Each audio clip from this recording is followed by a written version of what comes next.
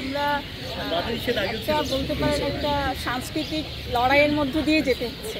মানে একটা সময় এরকম ফ্রেমিং করা হতো যে যারা হিজাব পরে তারা আসলে স্ট্রং, তাদের বোল্ডনেস নাই, তাদের দ্বারা আসলে নেতৃত্ব সম্ভব না।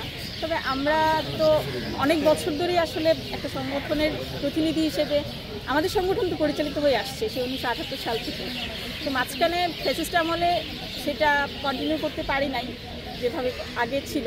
আমাদের সংগঠন আসলে ডাকসুতে আগেও প্রতিনিধিত্ব করছে যখন ভালো সময় ছিল, কাজে এবারই আমরা প্রথম এরকম না। তবে এখন যেটা হয়েছে যে অনেক বছর ধরে এটা আসলে শুধুমাত্র ছাত্রী সংস্থার প্রতি বিদ্বেষ হিসেবে আমি দেখছি না, এটা হচ্ছে এক ধরনের ইসলামোফোব, হিজাব বিদ্বেষ, হিজাব ফোবিয়ার একটা প্রতিফলন করছে। যে ওদের মনে হচ্ছে যে ঢাবির মতো জায়গায় কেন ওদের উত্থান হবে বা ওরা কেন এখানে এত স্মুথলি কাজ করতে পারবে, এটা হয়তো ওদেরকে আশাহত করেছে। তো সবচেয়ে বড় বিষয় হচ্ছে বিকৃত মানসিকতার মানুষ আসলে সব জায়গায় থাকে। যে আমরা আলহামদুলিল্লাহ অনেক ভালো সাড়া পেয়েছি এবং সাধারণ শিক্ষার্থীদের থেকে তারা আমাদের কাছে আসছে, তাদের আশা আকাঙ্ক্ষার কথা বলছে এবং তারা আমাদের উপর আস্থা রাখছে। কিন্তু যারা আসলে এই কাজটা করেছে তাদের নিশ্চয়ই কোনো একটা কি বলবো যে ওরা হয়তো বা ওদের জায়গা থেকে ওরা ভেবেছে যে এটা করলে আমাদের প্যানেল হচ্ছে ভেঙে পড়বে।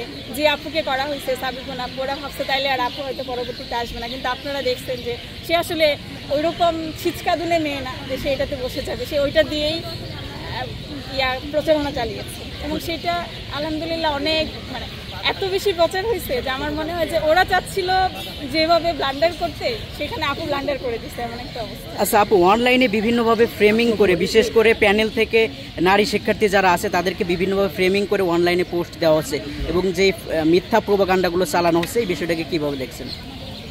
এটা শুধু আমাদের ঐক্যবদ্ধ জোটের প্যানেল থেকে না, বরং যেই প্যানেল থেকে যে নারীদের নিয়ে আসলে নানা ধরনের ট্রেনিংটা করা হয় সেটার আমরা সবসময়ই নিন্দা জানিয়ে আসছি।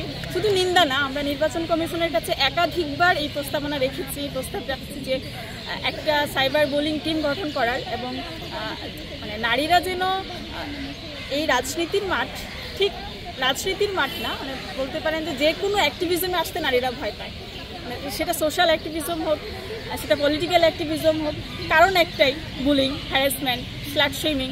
তো এই জায়গাটাতে আমরা আসলে বরাবরই ফোকাস করছি এবং সে যে প্যানেলের নারী হোক, সে স্বতন্ত্র থেকে হোক, সে কোনো শিক্ষার্থী হোক, কোনো অ্যাক্টিভিস্ট হোক, আমরা আসলে সবটার বিরুদ্ধেই আমরা সবসময় নিন্দা জানিয়ে আসছি, সবসময় এটার বিপক্ষে অবস্থান করছি এবং আমরা আবারও বলছি যে নারীদের জন্য যেই পরিবেশটা দরকার ছিল সেই পরিবেশটা আসলে পুরো দেশেই নাই।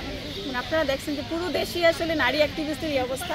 তো আমার তরফ থেকে যেটা থাকবে যে আমি বলছি না যে নারী মানে তার কোনো সমালোচনা হবে না, আমার কাজের যদি কোনো ভুল থাকে, আমার বক্তব্যে কোনো ভুল থাকে, সেটার অবশ্যই সমালোচনা হবে। কিন্তু আমি কি ড্রেস করি, আমার চলাফেরা কেমন বা আমার মানে আমার ব্যক্তিগত বিষয় নিয়ে আসলে কথা বলার কোনো প্রশ্নই আসে না। তো এটাই